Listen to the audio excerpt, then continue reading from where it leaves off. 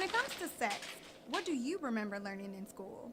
I learned more on the school bus than I did in a classroom. I don't remember much about healthy relationships. They surface over the main parts, and then you just have to find out on your own. If you ask students from across the country, a lot of them may say the same thing. In the U.S., 26 states do not teach sex education.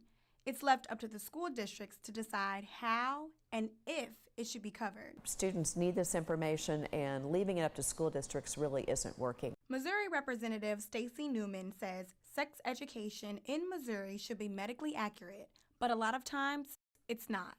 We're hearing from parents that are finding out that either their schools are either not teaching, science-based sex education, or it's faith-based, and parents are starting to look at who actually is being hired in their school district. Right now, Missouri does not require sex education be taught in schools.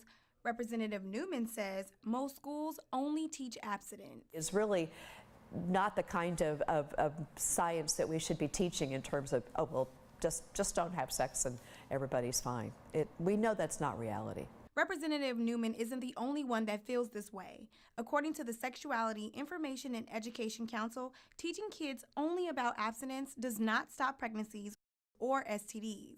They don't really say what the disease could actually do to you, and how long you could have it, and how it could affect your life. Just last year, the Show Me State received more than $1 million from the government to fund programs that teach kids to say no to sex. But money doesn't solve all problems.